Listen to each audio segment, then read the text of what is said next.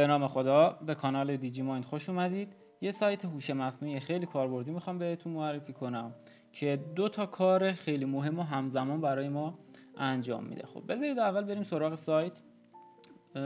آدرس سایت به این شکله: mindonmap.com بعد /image upscaler. حالا لینکشو توی دیسکریپشن پایین همین ویدیو براتون قرار میدیم که بتونید حالا یا کپیش کنید یا ویدیو رو ذخیره کنید. هر زمان که خواستید روی لینک کلیک کنید براتون باز میشه.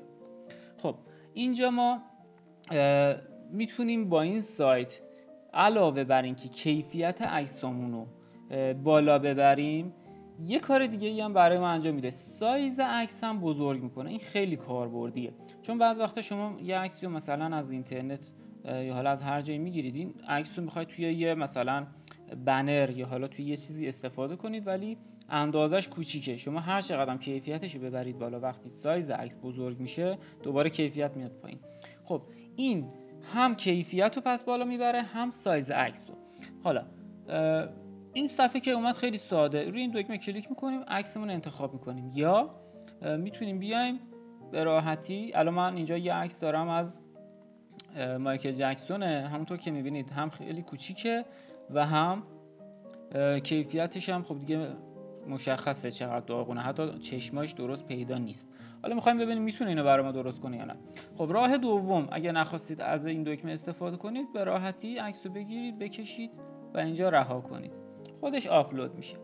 یه کمی که صبر بکنیم عکس رو برای ما درستش میکنه. چیزی هم که هست، این سایت تحریم نیست اصلا، با ایران هیچ مشکلی نداره. خب همونطور که میبینید عکسمون رو به بهترین شکل کیفیتش افزایش داد. میبینید حتی تصویر چپ و راست رو با هم دیگه مقایسه کنید، قشنگ تفاوت مشخصه. یعنی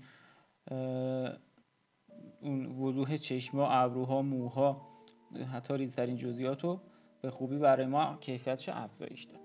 خب روی این دکمه پایین که کلیک بکنیم، اینجا به ما اجازه میده که دانلودش کنیم، ولی همونطور که میبینید یه مشکل اینجا هست، نوشته دانلود ایمیج ویت واترمارک، یعنی با واترمارک میخواد دانلود کنه. این قسمت سفید رنگ امیدوارم مشخص باشه. این پایین میبینید نوشته واترمارک. چون ما داریم از اشتراک رایگان استفاده میکنیم یه همچین مشکلیه. حالا چجوری ما اینو گولش بزنیم که این مشکل پیش نیاد؟ ببینید خوبیش به اینه که این واترمارک همیشه پایین عکس نمایش داده میشه. خب حالا واسه اینکه این مشکل برای ما پیش نیاد یه کاری میکنیم، میایم اینجا کلیک راست میکنیم رو عکسمون. حالا بستگی به ویندوزتون داره. اگه ویندوز 10 به قبل باشه یه گزینه ادیت اینجا هست، اگه نبود حالا اوپن ویت رو بزنید، پینت رو بزنید، فرقی نداره. به هر حال اینو ما باید توی نرم افزار ویرایش عکس مثل پینت یا فتوشاپ باز کنیم. یه کار ساده میخوایم انجام بدیم، هر نرم افزاری باشه اصلا مهم نیست.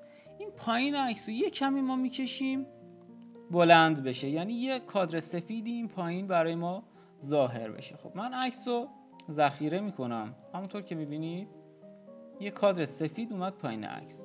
حالا چه اتفاقی میفته؟ بذارید عکس رو از اول بیاریمش.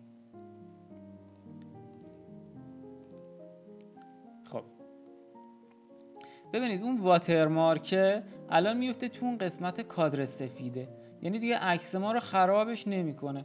ما بعد دوباره میتونیم به همون شکلی که میبینید واترمارک الان نیست. خب ما دانلودش میکنیم به همون شکلی که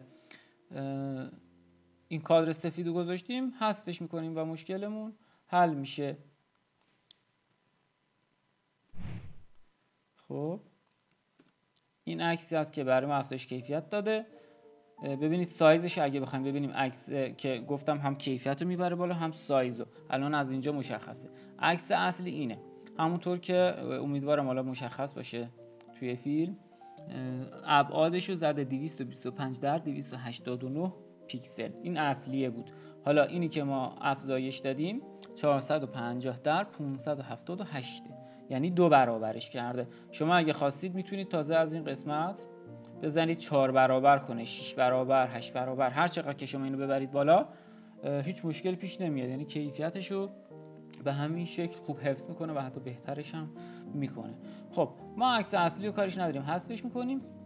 اینی که حالا کیفیتشو بردیم بالا رو دوباره باز میکنیم، اون قسمت کادر سفید اضافی که گذاشتیم و دوباره برش میداریم به همین راحتی، مجددا سیوش میکنیم. میبینیم که عکس ما با سایز بزرگتر و کیفیت خیلی بهتر آماده استفاده هست. حالا اینجاهاشو این عکس اصلا دستی جورایی کیفیتش به هم ریخته شده بود واسه اینکه قدرتشو بتونیم نشون بدیم. یعنی عکسش خیلی داغون بود وگرنه اینا رو میتونست بهتر در بیاره. و مطلب دیگه هم که هست، شما میتونید یه عکس رو چند بار بهش بدید. مثلا این عکس رو من میتونم بدم بهش دوباره همینو مثلا یه کمی حالا کیفیتشو بالاتر ببره. البته معمولا سایز رو دیگه بیشتر میکنه، دیگه روی کیفیت خیلی شاید نتونه کاری انجام بده. خب امیدوارم لذت برده باشید. تا یه آموزش دیگه بدرود.